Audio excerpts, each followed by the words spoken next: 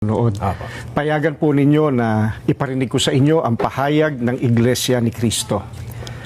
Mula nang magsagawa ng Rally for Transparency, Accountability, Justice and Peace ang Iglesia ni Cristo noong November 16 to 17, 2025, patuloy kaming naghihintay kung paano tutugunan ng gobyerno ang malawak na katiwalian na naganap sa ating bansa. Mahigit 3 buwan na ang lumipas, subalit wala pa ring natatanaw ang mga mamamayan na kalutasan sa napakalaking pangungulimbat sa kaban ng bayan. At sa halip ng mga salarin ang hanapin at usigin, ay ang mga nagbibigay ng impormasyon at tumitestigo laban sa kanila ang kinakasuhan at ginigipit.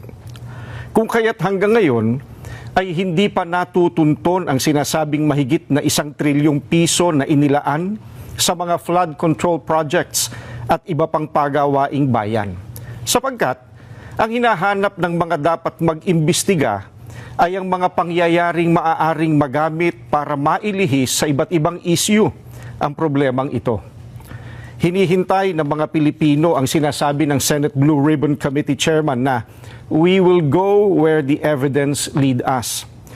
Ngayong may mga lumalabas na pahayag na mula sa mga sangkot, kabilang ang umano'y nagpadala ng mali-maletang pera.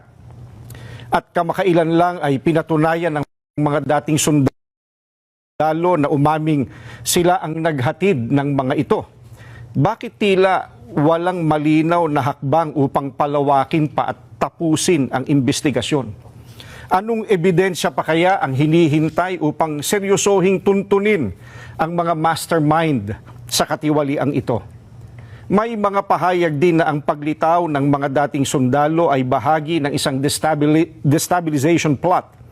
Kung ganoon ang paratang, hindi ba lalo itong dapat imbestigahan sapagkat ang destabilisasyon laban sa gobyerno ay isang seryosong usapin ukol sa pambansang seguridad?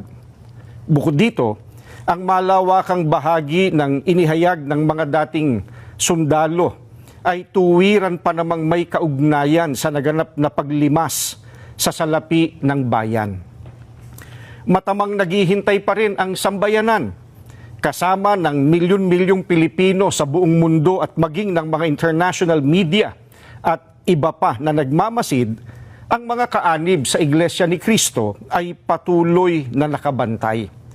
Maling isipin na nalilimutan na ng mga Pilipino ang isyong ito sapagkat ang pondong pinag-uusapan ay mula sa buwis at pawis ng mga mamamayan. Ang aming